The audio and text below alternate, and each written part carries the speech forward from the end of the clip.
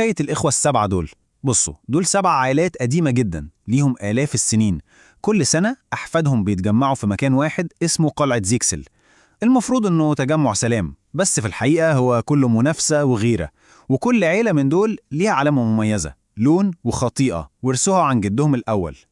تمام. وقبل ما نرجع للأحداث ونكمل اللي بيحصل دلوقتي، مهم قوي نفهم الأصل، نفهم الأسطورة اللي كل الصراع ده مبني عليها، أسطورة الخطايا السبعة. الأسطورة دي هي اللي حددت هوية ومصير كل عيلة فيهم.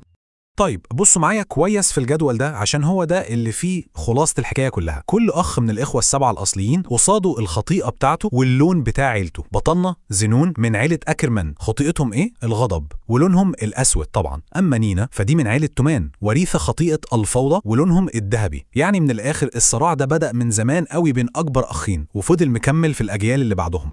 الجيل الأول من الإخوة دول نهايتهم كانت كارثية، عملوا جرائم فظيعة هزت المملكة كلها، وبسببها اتوصموا بالخطايا السبعة دي كوصمة عار هتفضل معاهم للأبد. بس المصيبة الأكبر إن اللي دفع الثمن مش هم بس، أبوهم زيكسل هو اللي اتحمل مسؤولية أفعالهم واتعدم بسببهم.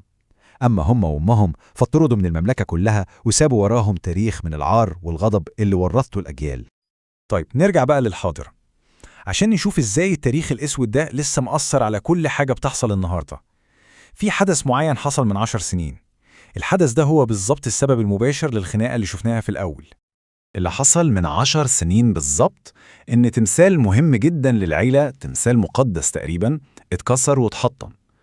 المشكلة إن في وقتها ما كانش فيه في المكان كله غير شخصين 2 بس، زينون أكرمان ونينا تومان.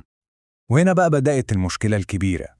نينا وهي بتعيط قالت إنها دخلت لقت زنون واقف قدام التمثال وهو متكسر حتت، واتهمته هو.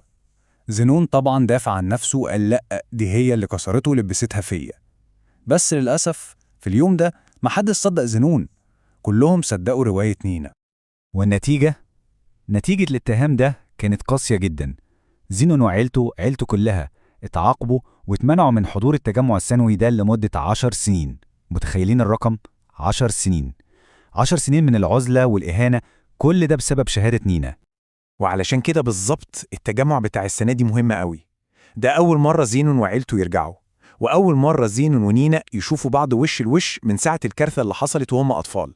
يعني بنتكلم في 10 سنين من الغضب المكتوم، جاهز ينفجر في أي لحظة. بس المهم هنا واللي لازم نفهمه كويس إن زينون مرجعش وهو غضبان وخلاص، لا، ده رجع ومعاه خطة مدروسة ومترتبة بالملي عشان ياخد حقه. تعالوا بقى نشوف إيه تفاصيل الخطة دي. طيب نرجع تاني لمشهد